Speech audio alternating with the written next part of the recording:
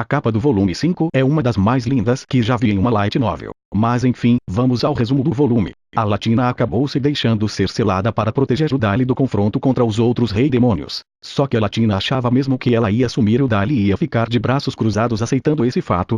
O Dali foi atrás de cada rei demônio. O quinto rei demônio, por exemplo, se cagou de medo quando o Dali apareceu. E uma coisa que o quinto rei demônio percebeu antes de morrer, foi que o maior erro deles foi ter chegado perto da Latina, já que o maior inimigo deles não era a Latina, que é a oitava rei demônio, e sim o Dali. Além do quinto, o Dali também finalizou o quarto e o sexto, agora só sobraram o primeiro, segundo, terceiro e o sétimo. Mas não duraram muito, o terceiro e o sétimo foram mortos. O segundo, que aparentemente era a mais malvada, também seguiu o mesmo destino do resto.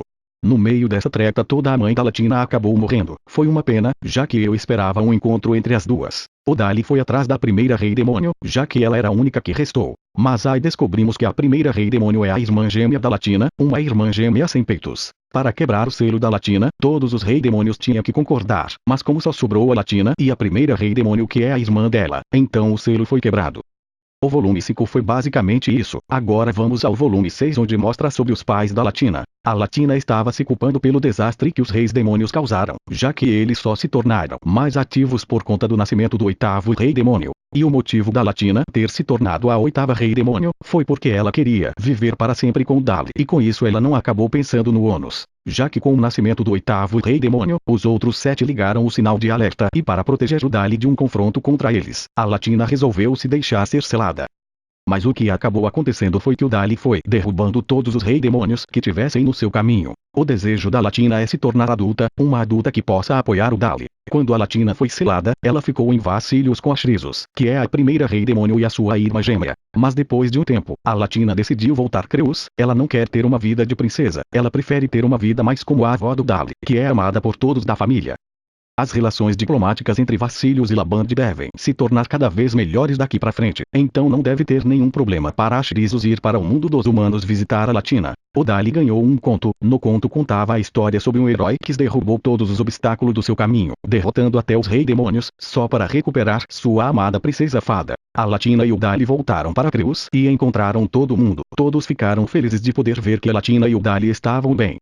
Por conta que o Dali e Ashrisos ficaram conversando às escondidas, fez Latina começar a ficar com ciúmes e chegou a perguntar para o Dali se Ashrisos gostava dele. Como o Dali gostou de ver a Latina com ciúmes, deu uma resposta positiva. Ashrisos ficou brava e tentou bater no Dali, mas ele desviou de todos os seus golpes. Certamente o Dali é o personagem mais forte da obra. Enquanto a sua vida de demônio não chegar ao fim, nunca mais vai existir alguém como a segunda rei demônio, que causava terror e que tinha prazer em fazer as pessoas sofrer. No capítulo 3 do volume 6 voltamos ao passado, quando a mãe e o pai da Latina se conheceram.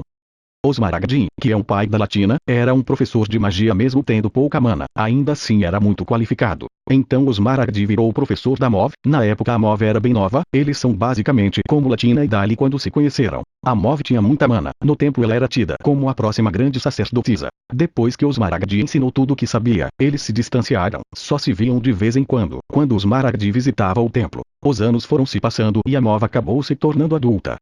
A atual grande sacerdotisa se chamava Epilogin. Ela tinha a proteção divina de Banafsaj, que lhe dava o poder de prever o futuro. Na previsão da Epilogin, a Mov vai dar à luz a um rei. Ela deve estar se referindo a Ashrisos, que vai ser a primeira rei demônio que vai governar Vassilios. Desde então, tem aparecido muitos candidatos a ser pai do rei. Até os próprios sacerdotes queriam isso. Quando a Mov e os Maragdi se conheceram, ela disse para ele não se envolver com ela, porque caso isso ocorrer, ele vai morrer. Mas isso não impediu os Maragdi de ficar junto com a Mov e ter 2 filhas. Sempre falavam para os Maragdi que um homem com a mana tão fraca como a dele, não seria capaz de criar um rei. O que acabou sendo verdade, ele não conseguiu um rei, mas sim 2, já que a Latina virou a oitava rei demônio, coisa que não estava na previsão. A Latina e Ashrisos foram criadas em segredo no templo, para evitar que a segunda rei demônio descubra a existência delas.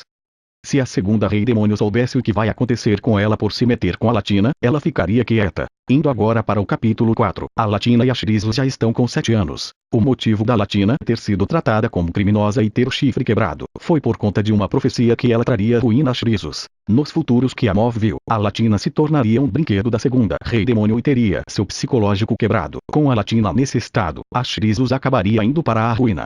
Então Move e Asmaragadin resolveram impedir que a Latina pudesse ser encontrada pela segunda rei demônio. A Latina teve seu chifre cortado e os Smaragdia levou ela embora. A ideia dos Smaragdim é levar a Latina até a nação dos humanos. Ele ficou sabendo que na nação dos humanos tinha um herói, basicamente ele queria encontrar o Dali e implorar para ele proteger a Latina da segunda rei demônio. No nascimento da Latina tinha um arco-íris no céu, ocorreu mesmo antes dos Smaragdim morrer, antes da sua morte, ele desejou que a Latina fosse feliz.